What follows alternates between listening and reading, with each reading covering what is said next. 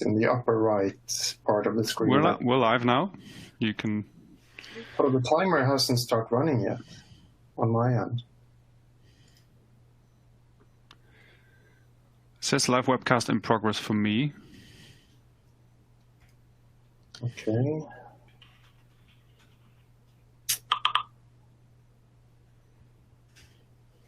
Just as ready. There's no counter. Yesterday the counter started for me. I'm not sure if that's. I don't want to start talking until actually we're live. From Melissa or. We are live. Melissa's just said you can. All right. Good. Kick off. Okay.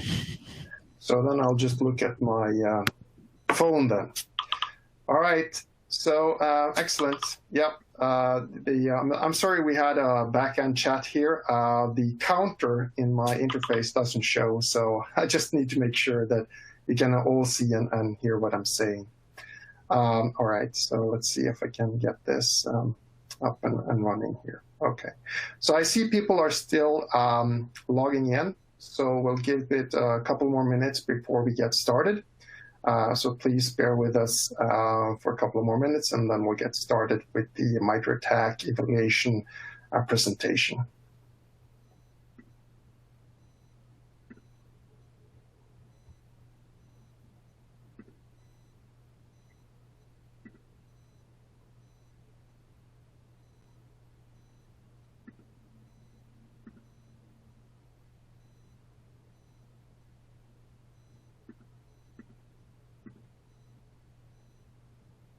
All right, so this is a brand new platform to me, so I apologize for any hiccups that might occur. Before we get started, in terms of the platform that you are using now to view the presentation, most things, if not all, are completely customizable. So you can resize, the different kind of windows, move them around, and basically you can adapt the interface to whatever suits your requirements. Also, I would like to apologize that the event on Monday that was supposed to take place on Monday had to be postponed. We had some back-end technical issues that basically made it impossible for US attendees to get in. So we're sorry about that, and we're hoping that take two is going to be without those hiccups. So we'll shortly get started, just a few more seconds, and then we get started.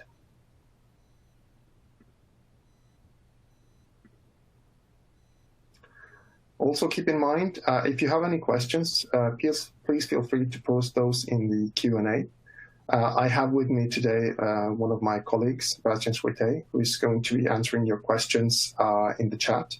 And we're also going to take, if there is questions that are being posted by many people or of specific interest, we're going to have those in a discussion towards the end of the actual presentation. So when that's a chance to have their questions answered. All right, so I think we'll get started. So first of all, thank you for joining. My name is Eirik Balderhaug. I'm a senior systems engineer specialist with Cortex.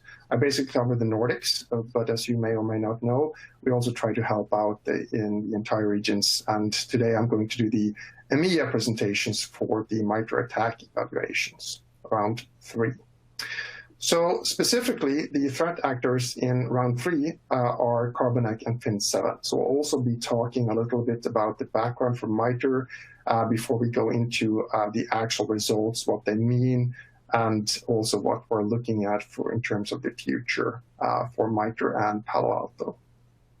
And again, if you have any questions, feel free to post them in the Q&A, and we'll address them both in the chat and also in the voice discussion at the end of the session. All right. So, sorry, I had duplicate entries here, so let's move on. So let's talk a little bit about the agenda. So the agenda today is basically what we're going to take a look at. So we're going to cover what the MITRE is, the MITRE ATT&CK framework, and the MITRE ATT&CK evaluations. We're also going to discuss a little bit about the round 3, where we basically have the Carbanek and Fin7 attack groups. Then we're going to look at the actual details and how to interpret them. We'll, of course, take a look into how XDR performed. We're also going to be talking a little bit about what's going to happen next with MITRE evaluations. And then, of course, we'll also cover the questions and upcoming resources in terms of if you want to know more about what's going on. All right, so let's talk about the MITRE ATT&CK framework. So the MITRE ATT&CK framework is something that we need to discuss in general and also in detail as well. So I'm just going to do this. So the background on MITRE.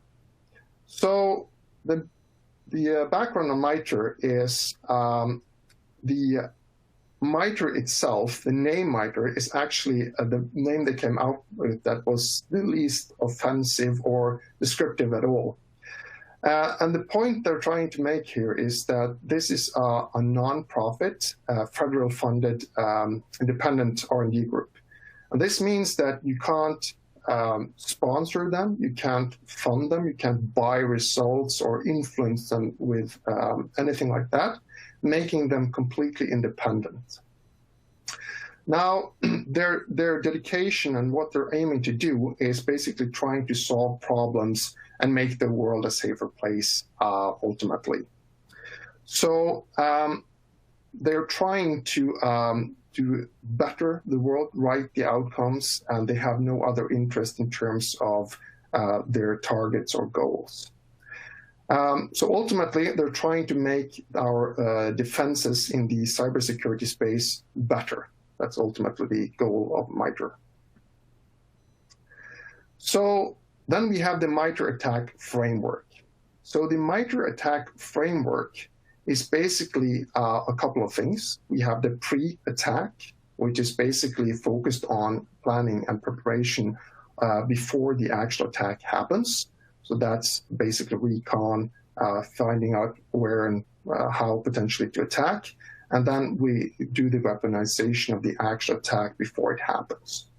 And the other part is the enterprise attack phase, is where we actually perform the attack, perform exploitations, try to gain control, execute processes, malware, etc., gain persistence, and then try to move laterally within the environment. There are also specific items around mobile and ICS, but that's not part of the current MITRE discussion that we are having. You can also, of course, go to the MITRE website and find more information about the stages of the pre-attack and also the attack for enterprise phases if you want to see more details around that. Now, obviously, I don't want you to memorize what you're seeing here. It's just for reference. But the MITRE ATT&CK framework is basically consisting of what we call tactics, which you might consider to be the high-level approach. And then you have specific techniques below these to define how exactly we're going about achieving that specific tactic. And as you can see, there are multiple tactics and techniques involved from start to finish that encompass a complete attack cycle. We usually talk about the kill chain or the attack chain. So an actual attack comprises of many different steps before you actually have succeeded in, for instance, exfiltrating or getting access to valuable data. And these are the different steps that the MITRE ATT&CK framework has defined for Windows in this case. Now, I have also included just a snapshot again of the Linux attack framework. And the reason for that, of course, is again to show you that they also have this for non-Windows environments like Linux. And there are also very similar tactics and, of course, similar techniques. Although the operating systems are different, there might be different specific techniques that will differ, but the ultimate goal is usually the same: to get in, get access, get hold of valuable data, and having to go through multiple different stages to get there. Now, we also talk about more specifically into the framework. So I've zoomed in a little bit on a couple of things here. So here you can see two specific tactics. The tactics are in in the gray boxes. So you have the initial access gray box here, and you can see below them you have the drive-by compromise, exploit, public-facing applications, and so on. So the ones in blue are the specific techniques that are used to perform the initial access. And of course, you can have multiple of those as part of gaining the initial access or parts of them. And then you move on to the execution phase, which again is the tactic. And then you have specific techniques like command line interface, control panel items, and so on and so forth. So this is pretty much the standard for how we, or the cybersecurity world today is trying to measure and also see how well someone performs in terms of being resilient towards attacks and also how to detect and defend against them. Now, you remember I said the MITRE name was pretty much chosen at random, but attack is not. So attack is basically then an abbreviation for adversarial tactics, techniques, and common knowledge. So basically this tells us also, apart from being attack, what they're looking at in terms of the scope of the attack. Now, if we dive into a specific technique, for instance, or a tactic, you can see then there's detailed information about that specific item. You can also see which kind of groups are prone to have been using this in the past or currently. And you can also see how you can specifically detect and even protect and mitigate against the attacks. So everything is very open, very detailed and documented, and it's completely open to everyone to be able to see and understand and learn how the MITRE ATT&CK framework actually works. Then we have the MITRE Ingenuity attack evaluations. So basically that's putting everything into context. So the motivation behind this is that there are so many different tests out there that vendors can use to show how good they are at protection, detection, and so on. But there's no real authority that is neutral in order to say that, yes, we say that this is actually true, or this is just something the vendor is coming up with, and so on. So MITRE evaluation is actually a way to have a neutral authority to which everyone or every vendor can pit themselves and get fair feedback in terms of what they actually can do in terms of prevention and detection. So what are the actual attack evaluations? So again, they're completely open, they're objective and transparent. So that means that every result, every detection, every prevention can be looked at by everyone else, so that you actually can check and verify that this is indeed true and not just something that is made up by someone to look good. In this round, in round 3, we now also have prevention.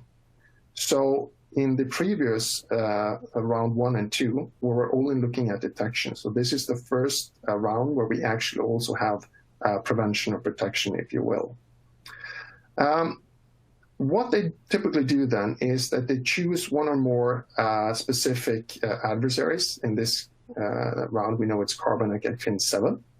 And then they choose the tactics and techniques typically used by those groups and perform the attacks in the same manner they would go about doing their attacks in order to see how effective the different vendors are at prevention and detection in this case. So what are they not? And this is equally important. So this is not designed to tell you anything about how noisy or how many false positives a solution has or is prone to give. That's not the intent. There is no score involved. There's no ranking, so you can't go to MITRE and get information about who is the winner or who performed best or who had the highest score or anything like that. So there are no rankings, no ratings, no nothing. The only thing they give you is whether or not you detected or prevented a specific tactic and technique and how you went about doing that. So there is no praise or bashing or anything like that. It's just simply the facts. Now, I want to take a few minutes just talking about the differences between protection, detection, and so on. So one of the things that Palo Alto has always believed, and you probably know this from the firewall side as well, is that we first and foremost believe in prevention or protection. So the idea here is that if you can stop an attack before it gets in, you've saved yourself a lot of pain and hassle. If you stop an attack before it gets in, there's no need to do detection, there's no need to do remediation, cleanup, or anything like that because you stopped the attack. So we're very happy that MITRE also now includes protection because we believe that that should be the absolute foremost criteria when you look at protection and detection today. If you can stop something bad from happening in the first place, that's always your first choice. Now, of course, nothing is perfect. There might be situations where an attack gets through. There might be vectors that you can't, for instance, see. It could also be attacks that protection just isn't good at or even capable of stopping, like disgruntled employees or things like that. And for that, you have a situation where an attack actually gets in. Now, in those cases, once you get in and establish a foothold and so on, we basically define it as dwell time. So the attackers are in. They could be performing different kinds of actions. Could be looking at, what does your network look like? What are the resources that it potentially could attack? Might even just be waiting for a while. Might in fact bastion host in order to have better resiliency in case you are detected, and so on and so forth. Now, in dwell time, what we need to do then, of course, is to detect that we have been breached, and there are multiple ways of doing that. So traditionally, you would have a SOC team that would perform all kinds of detections manually and so on. This takes a lot of effort and time, obviously. So what we're looking at is that we want to do the detection automatically. So automated detection is very important. And in this space, we're of course talking about machine learning and AI. We also have the concept of IOCs, PIOCs, and so on. These are those static, but of course also an important part of the detection mechanism. But the idea here is to make sure that if you have machine learning, AI-based detection that is automated, you don't have to spend a lot of time and effort and human resources on this specific point. It's also quite a lot faster if you consider just the sheer amount of data you have to sift through in order to make those kinds of detections. So the idea here, again, is to make sure that we have very rapid detection presented in a very good visual view, so you can then have a very effective handling and response, if necessary, to a specific incident. Now, we also have the threat hunting. So the threat hunting is sort of the manual piece when you manually hunt for something that hasn't been automatically detected or triggered in that respect. And that's ultimately what we want to do, is free up the time from the normal detection that takes so much time and effort from the human resources, and let that be handled by automated detection so that they can spend their time doing the proactive threat hunting piece. So that's sort of the different approaches or the stages, I would say, of how to handle attack. First and foremost, you want to do prevention, protection. For the things that might get through, you want to do the automated detection to free up time so that your SOC analysts or your MSSP can spend their time doing proactive threat hunting. Now, I told you also that the Palo Alto portfolio, the Cortex Palo Alto platform is very targeted at this specific approach. So with XDR, we are absolutely focusing on doing as much prevention as we possibly can, stop the bad things from happening before they happen. And then, of course, we have the detection part, which is used with machine learning and AI to detect the things that weren't stopped for whatever reason. And also, of course, we provide full automation through our Cortex XDR tool so that we can even automate responses to incidents that are found, also reducing the time before we detect something until we have a proper response. And then, of course, with the latest Expanse edition, we can also now find all the exposed research you have on-premise and also in the cloud, and combining everything into one big solution that actually encompasses your entire network, both from the network and the endpoint and the cloud. All right, so let's talk a little bit more about MITRE, Carbanek, and Fin7 and how they are being evaluated.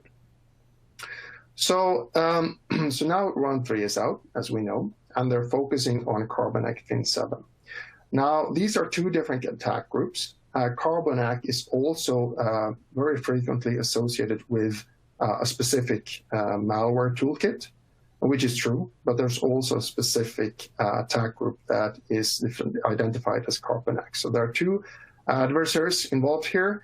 Carbanek is primarily focusing on banks, while Fin7 is more on the retail point of sales type of intrusions and exploits.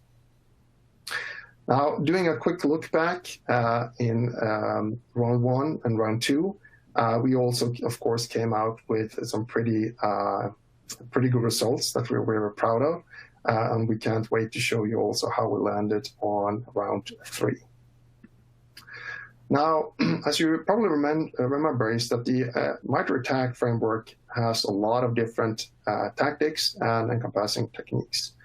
But you also remember that different groups use different parts of the framework to do their attacks.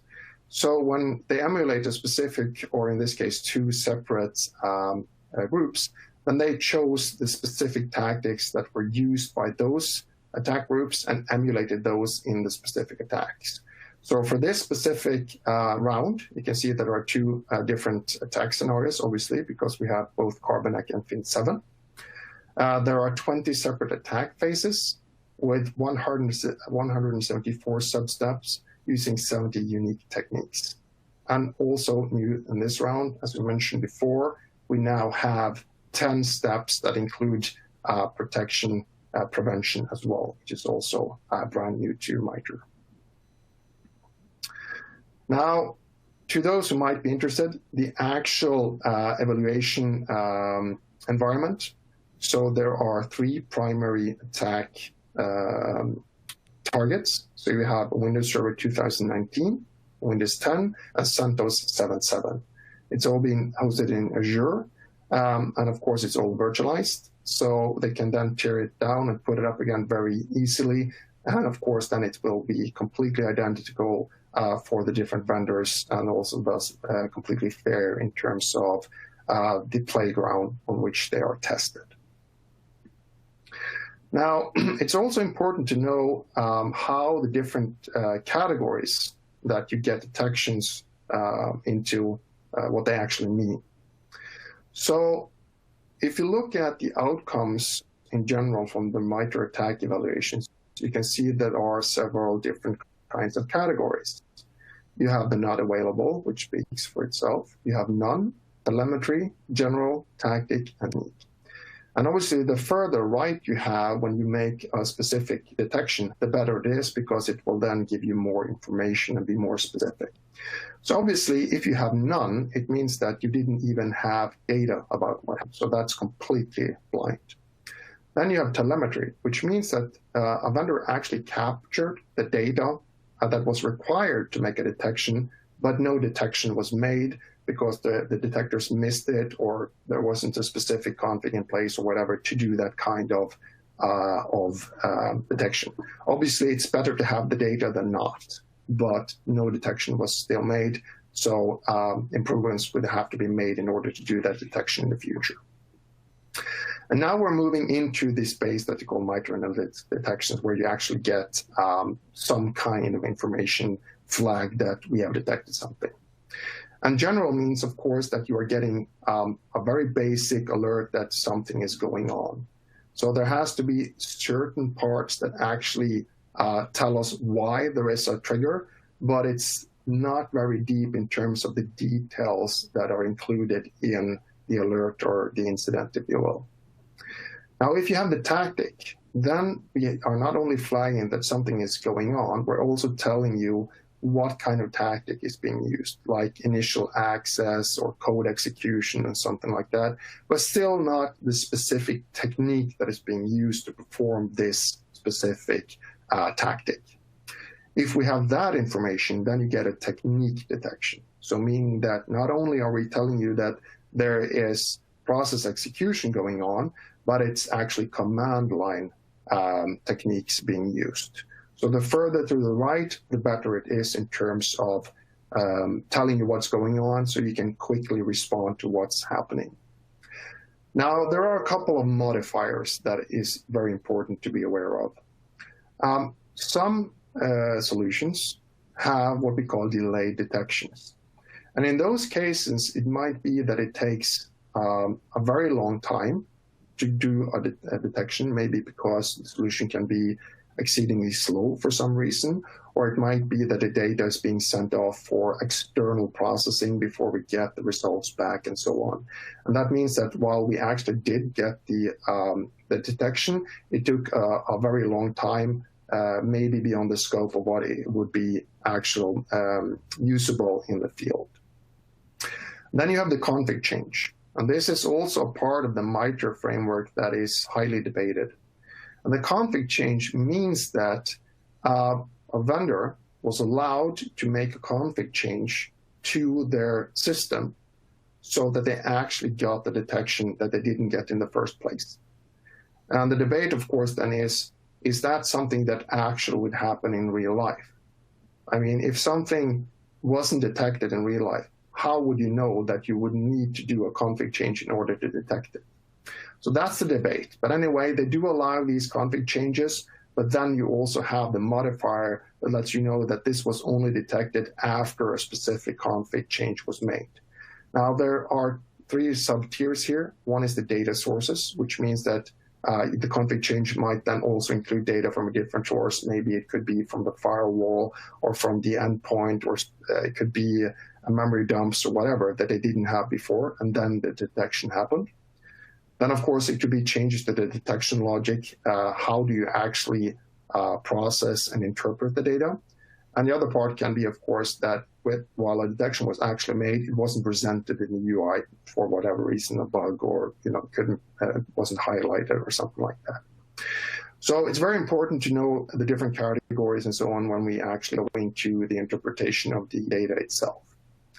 So that's where we're heading next. We're going into the actual results of the CARB-NECK and FIN7 MITRE evaluations.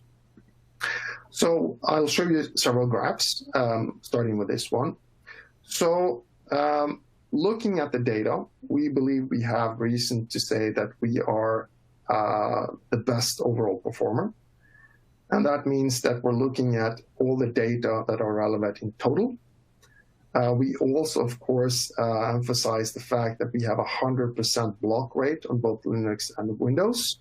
And this is something that, again, has a very big impact on how things happen in real life at a customer site. If you block something, you don't have to do detection and investigation response and cleanup afterwards. Now, if we combine this with analytics detection, so these are actually detections being made. We're not looking at pure visibility here, because just visibility is noise if you don't have context around it. So these are the actual context detections. So if you combine these, where we have 86% analytics detection, 97% visibility, and 100% protection score, we come up at the very top of this data slice set. Now we're diving a little further into the protection and detection graphs here. So if you look then at the protections to the left and the detections to the right, you can see, of course, that we are in the very top in terms of prevention.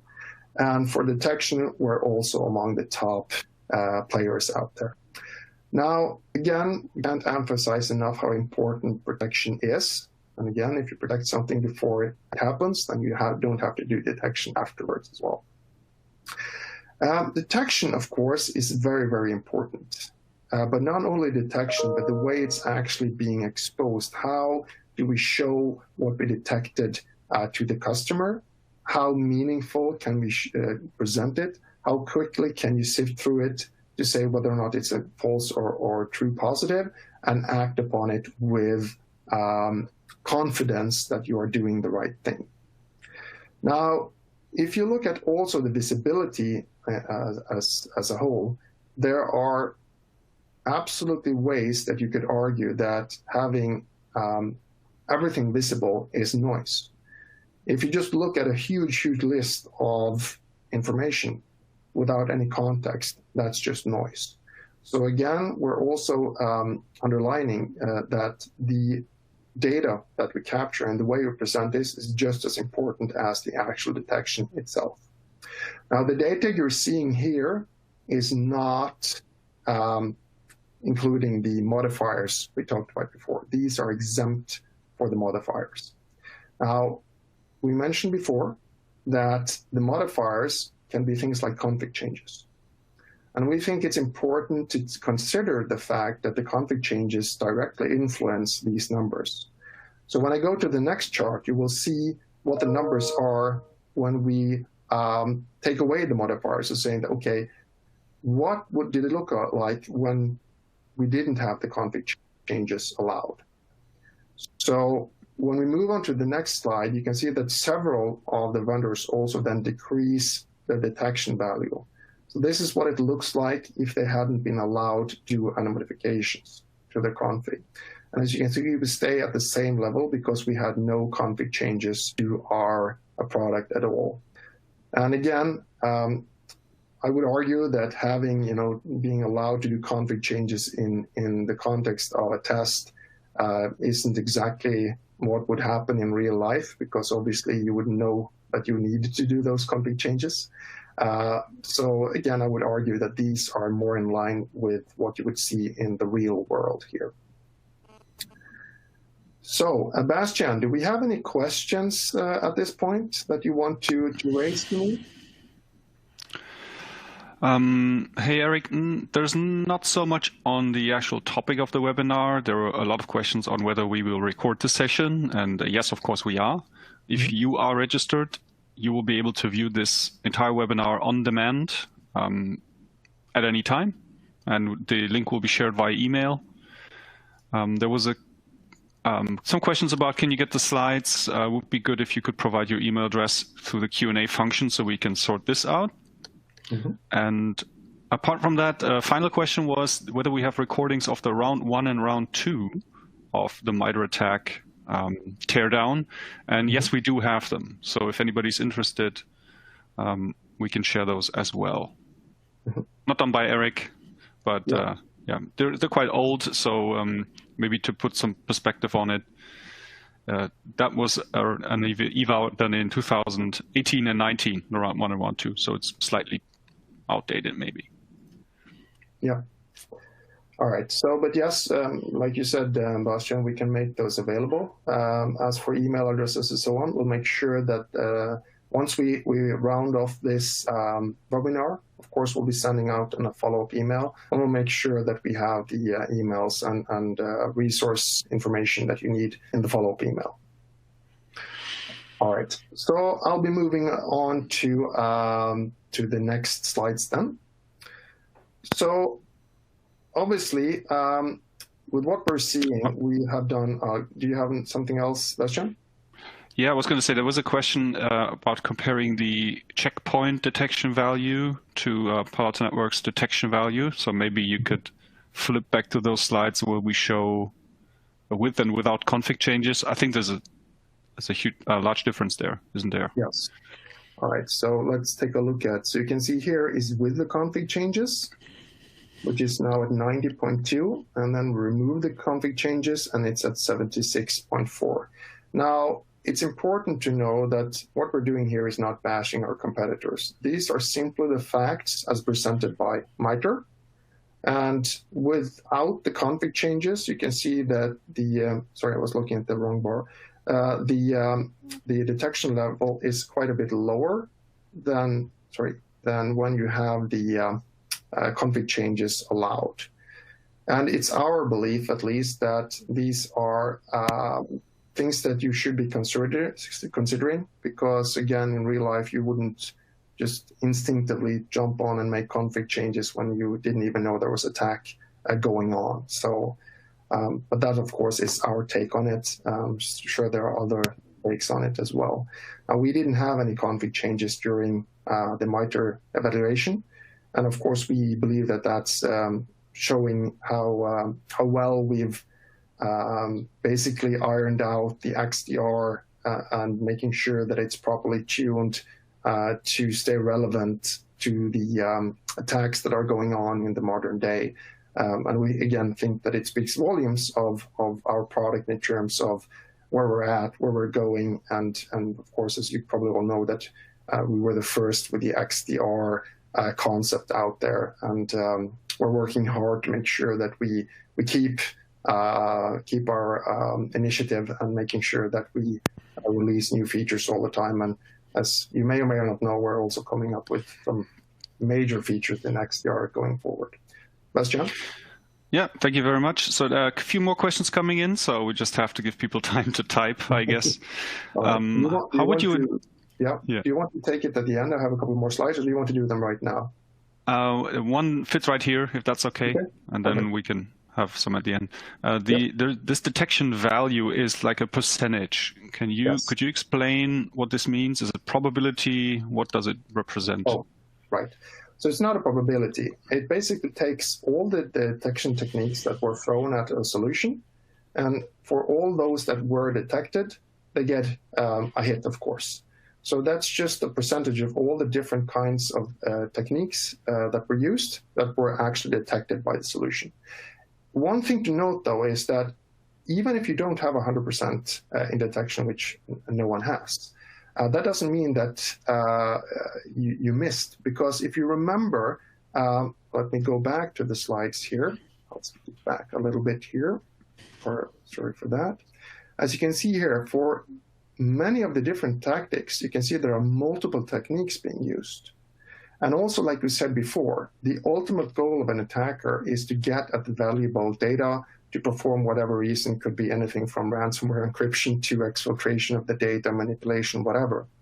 And at all these different steps, you can see there are multiple techniques being used. So even if you only had 50% detection, you would still detect most of them, understand the things that's going on, and be able to get a response quickly out there, depending on, of course, the vendor, and be able to stop the attack before it gets all the way to the end. So even if you have, like 80%, that means they detected almost all of them, and you most certainly would be able to detect something going on and being able to respond quickly and decisively to the attack itself. So it's not our chance, it's how many of the actual techniques that were employed were detected. Thank you very much. Final question was, if somebody's not showing up on the protection side, I can probably answer. It just means they did choose not to participate in the prevention test, correct? Yes, because as you can see, it doesn't say 0, it says NA, so not applicable, which means they opted out or they had some issue that made the function not work. I think they opted out. So. Yep. Thank you. All right, carry on then. Thank you. Thank you. All right, so let's move on to what's next. So obviously, MITRE is not standing still or stopping. It's continuing its path. It's still non-profit. You can't buy reports or anything. So the reports you just saw, those are reports that we made, just like every other vendor has made, to slice the data and present it. So they're, of course, evolving. And what's coming up next in round 4 is they're now going to look for the wizard, spider, and sandworm. And these are actually data encryption ransomware type of adversaries. So this is going to be very interesting in terms of one of the most infamous types of malware attacks. And of course, one of the biggest problems we have is the ransomware. So this round 4 is going to be very exciting in terms of that specific area as well. I think a lot of people and businesses out there are going to be interested in seeing this one as well, as ransomware, of course, is one of the top concerns for most companies out there. So looking forward to that one. All right, so moving on to what we call commonly asked questions. And these questions are questions that have come up, from the field after, of course, the MITRE was round 3 results were presented earlier. We've seen quite a few questions coming in from multiple sources that we thought were a good idea to be presenting here as well. And then, of course, we'll finish off with any remaining questions at the end of this as well. So I'm just going to go through these questions, and then we'll finish off, like I said, with the questions from the field if there are any left that we need to address. So some of these we've touched upon already, but we'll also re-emphasize on some of them if we've made comments to them before. So first of all, how has the MITRE testing framework come about, and how does it address today's challenges? So like mentioned initially, it was actually first and foremost a governmentally funded initiative. And it's completely independent, and its only focus is to better the cybersecurity in the cybersecurity space today. And the way it does this, of course, as you remember, is that it's then defined the attack framework consisting of tactics and techniques. And when it performs its round evaluations, it's then choosing one or more specific attack groups and then emulating the techniques and tactics they're using and pitting all vendors that want to participate against them in the same explicit manner, and then presenting facts-only results, no bells and whistles, no charts or rankings or anything like that. I would also like to say that if you look at the number of participants in round 1, 2, and 3, it has grown from 11 to 29. So obviously the interest from the field is also growing significantly. And as you just saw with the what's next, they're also, of course, trying to make sure that they test for the relevant attacks that present big challenges to the world today, specifically then with the ransomware part in the round 4. So what are the differences in the evaluation in round 3? So this question was mostly versus round 2, round 1. So the major difference here is that round 1 and round 2 were nation-state attacks. So not targeted at enterprises as such, not financial gain or anything like that at that point, at least not directly. So round 3 is actually the first one when it's not nation-state attacks. So as you remember, Carbanek was towards banks primarily, and Fin7 was typically for retail, commercial, point of sale entry, things like that.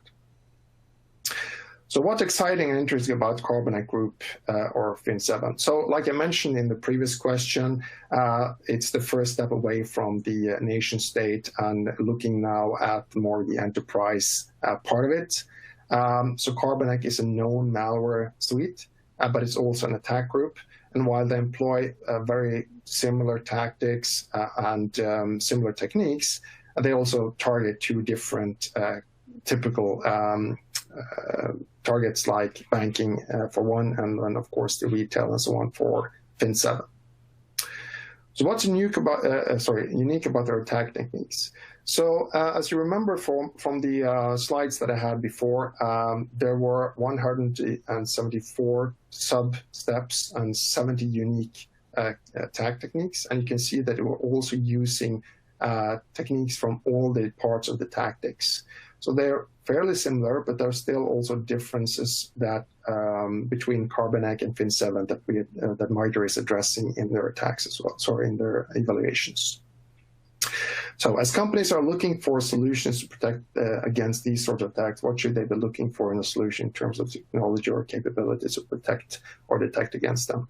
So like you probably heard multiple times now, we absolutely believe that prevention must come first. And that's, of course, where we put a lot of data and resources and money into. So because if you can stop an attack from happening, then obviously you don't need to do detection, cleanup, and remediation afterwards. That saves you a lot of time, lost data, and so on and so forth. That being said, nothing is perfect, obviously. So you want good detection, automated detection, and great threat hunting capabilities. And that means that it needs to have a strong machine learning AI component. It also needs to have a great UI, great options for searching queries and presenting data, a very good visualization, not to mention a single point of glass. Because once you are in the threat hunting or the investigation phase, if you have multiple interfaces that look completely different or may not even sync data properly, it becomes much, much harder. It takes a much, much longer in order to get to the bottom of something. And then, of course, the attackers had plenty of time to rummage around and creating more problems for you. So ultimately, protection, prevention is number one. Detection, investigation, response in a very quick, easy to use, highly visualized, and also single pane of glass approach is what we believe to be the ultimate goal. And also, of course, it should not only just look at the endpoint, but also on the network and the cloud as a whole, because we also know that if you just look at a single piece of the puzzle, you're going to be able to, you're going to miss the big picture as well. So those are the terms we think are very important. So how do you build buy-in criteria on this information? So that, of course, is highly subjective. But again, the total cost of ownership is not just the price of the product. It's how much time do you need to train people to use it? How much time are you going to spend managing it from day to day? How long does it take before something happens until the detection is made? How hard is it to get to the bottom, and so on? So basically then, having something that has prevention to stop you from spending too much time on the detection, remediation, investigation phase is, of course, good. But once you get to that phase, you want a single pane of glass that's easy to use so that you can very easily see what the cost of operation is going to be as well. So what is not covered in this evaluation? What are some areas of further improvement? So obviously, there are multiple things you can look at in terms of what's missing and so on. I think the approach that MITRE is doing is great because it actually emulates real world attacks by emulating attack groups. So obviously then having these kinds of scenarios over time is going to give us a very good understanding of what the different vendors can provide. Now, still, they're looking at the endpoint. So we are hoping they will also include things like firewall and cloud as a whole, and to be able to see things that single point vendors can't see, because we also know these things happen, right? So like things like stitching between different kinds of areas, between different kinds of technologies might even be something that could be interesting. Things like time to respond, automated response, things like that. So it's only the future that will tell what we can do, but certainly MITRE is an excellent platform to start expanding into, let's call it next-gen testing and reviewing. Now, the ultimate question, of course, we see many vendors claiming to win the MITRE eval. Who actually won? So I'm not going to say that we won, because everyone won, right? And what do I mean by that? So what I mean by that is that, like I said, MITRE only provides facts. It doesn't rank, it doesn't score, it just tells you whether or not you detected something and how well you detected it, in terms of, did you have a general detection, do you have tactics, do you have technique, telemetry, what have you, or generic. So it's possible to slice the data in exactly the same way to show that you were the best, right? But what we believe is interesting, though, is that, again, saying that protection is so important, and we got 100% there, and then saying that detection and the manner you actually present it, so you don't flood with noise, and the way you actually form that, we did also really, really well in that aspect. And if you combine the scores for, let's call it a total value, we believe that we did a very, very good MITRE. And We don't think anyone can call themselves a winner, not really, but we certainly were among the very, very best in terms of the overall value as such. So that's our take on it, at least. All right, so we have approximately 9 minutes or so left. Bastian, do we have any more questions that we need to address, either directly on MITRE or even something else that might be of interest? Hey, Eric. Not too many. There was one interesting one. I did answer it, but maybe you could add your point of view. How can you protect without detection first? Was a pretty good question. So what's your take? It's a very good question, yeah. So what comes first, the chicken or the egg, right? So how do you find detection, right? So obviously, if, for instance, when you do protection, let's do something very easy like malware protection, right? So let's say that you see a malware that's about to launch and then you prevent it. So you would say, I have prevention. But how did you know that it was malware, right? So in order to have some sort of knowledge of that, you would either look at things like hash or the way it behaves or something like that. And of course, you could claim that's detection as well. So pure prevention in terms of having no detection whatsoever is based on many different things. We have things like exploit preventions, which basically say that, okay, we inject prevention code or EPMs into processes that looks for specific techniques, could be like ROP mitigation, stuff like that. And what happens is, even though we've never seen the attack before, it uses the same tactics, or techniques as we know, so we can immediately say that this is bad and block it without even knowing priorly what this is. So you could argue that there's no such thing as prevention without detection. But in our context, protection means that we didn't allow something to run, or we terminated it so early that it couldn't actually do any harm. So detection to us, at least, is when we see something, but we didn't prevent it from happening. That's when we have a detection. And that's why we also have the difference between, if you have a detection, then you've seen that you've been attacked, you know there's something there, but you weren't able to prevent it. So that's sort of the difference between prevention and detection, at least the way we define it. Do you have anything to add to that, Bastian? No, thanks very much. I actually did answer in the same way that no, there is no prevention without detecting it, but it's even better because you're preventing the real malicious activity from taking place. So, yeah. Related to that, one question I also would like to repeat for the benefit of everybody. There was a question: how can you prevent 100% but only detect less than 100%? These are different scenarios and different test cases that MITRE has fully documented on their website. There are 10 prevention tests, but over 170 steps you could detect. So it's not the same things, once in prevention mode, once in detection mode. It's separate scenarios and test cases, right? Yes. Yes, and if I may, I would also like to comment a little bit about that. It's definitely in this case, they are different. But it's also important to know that they ran the detection before they did the prevention tests. And remember, as we said before, even if you have 80, 60 or whatever % detection, it still means that you could have detected every tactic, even though you didn't catch all the techniques below. So you would still be able to stop the attack from succeeding. So you don't have to have 100% detection in order to have 100% prevention. That's a very important note, because prevention is ultimately stopping an attack from getting to its ultimate goal. There are several phases. Of course, the earlier you stop it, the better it is. But if you stop it at stage 2, say that, you still have 100% protection, even though maybe you didn't detect the first stage. Okay, thank you very much.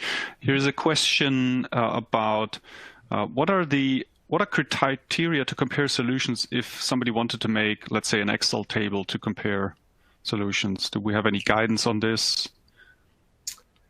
Well, you can actually use the MITRE directly. You can do it on the website. You can even export the data in different formats and compare them. Now, this apples to apples comparisons, if you will, and so on, has some merit to it, but ultimately it just gets a very, very long list with yes and no's or pros and cons. And I think that just basing it on that is going to be a bit unfair to everyone, because also you need to consider not only how it detected, but how it presented it. How fast could you look at the information, make a decision, and then actually act upon it? I mean, quick detection is great, but if it takes you 7 hours to analyze the detections or understand what happened and then respond, then it's not a very good criteria as such.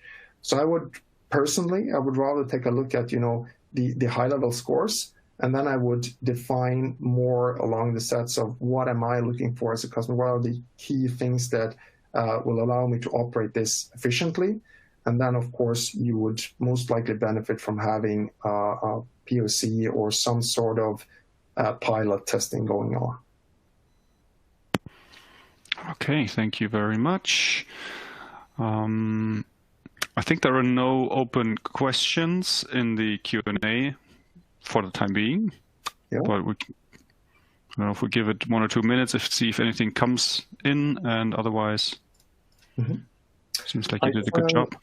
I'll take the opportunity to address a question I heard on the side from a different session. I'm not sure if this is interesting to everyone here, but I remember someone asking me in a different concept, what's the difference between traps and XDR?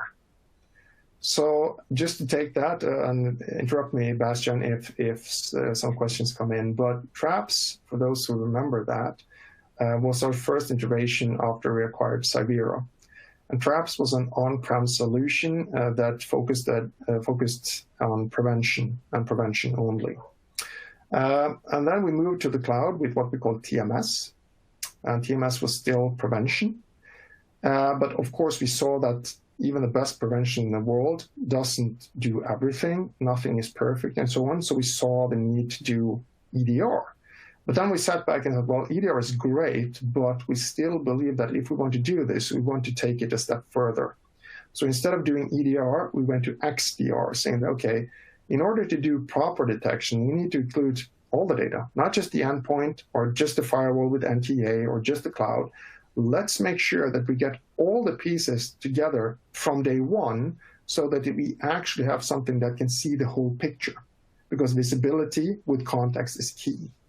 So that's the evolution of traps. Traps was prevention only, and we moved to the cloud, called it TMS, and then we evolved into XDR. Now, obviously, not all customers want detection or have funding for that or whatever. So that's why you still have the separation between XDR Prevent, which is basically just prevention, but of course has more features than traps had back in the day. And of course, as you probably know, it's cloud only. And then you have Pro for those who want EDR, NTA, UBA, and more exotic detection features as well. And that will also, of course, allow us to get data from firewalls, even third-party firewalls and third-party sources as well. Bastian? Yeah, thank you very much. That's a good question. Nothing else came in. People like the presentation, it seems. So good. I think that's a wrap. All right. Thank you, everyone, for listening. I will make sure to get you the recording on your phone. And thank you very much, Bastian, for being my amazing sidekick. It's a pleasure. Thanks, everybody. I wish you all a very good rest of the week. Cheers. Bye-bye. Bye-bye.